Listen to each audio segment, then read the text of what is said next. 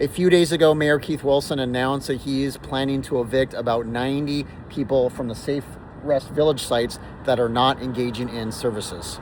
Mayor Keith Wilson said 80 to 90 people would be kicked out of Safe Rest villages next month, adding that the city has a responsibility to incentivize people to move through the system into permanent housing. So, John, you lived on the streets of Portland and you're now in housing. Can you share with me what your thoughts are on this? I think it's spot on. When I was in the tiny homes, we had to meet with our case manager weekly. We had a checklist of items to help track our progress, help with ID, help with birth certificate, referrals to treatment, detox. There was a whole menu of items that we could engage in to get help.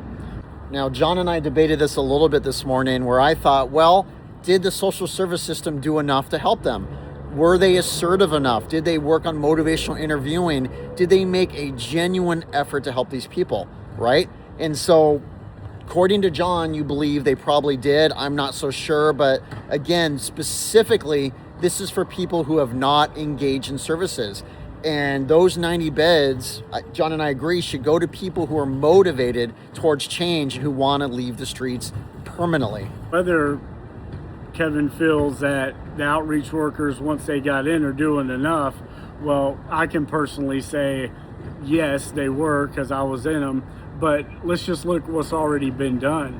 They have housing, rent-free, access to showers, clothes, and food. All of that's taken care of, so a lot has already been done.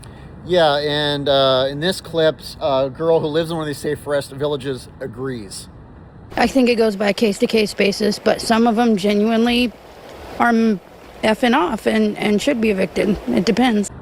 Overall, I think this is a good plan. This is a good thing. I've always believed in focusing all our energy on low-hanging fruit, people who are motivated towards change. Help those individuals first. And what Mayor Keith Wilson is trying to say is these are the people that aren't really necessarily ready because they're not even engaging in services.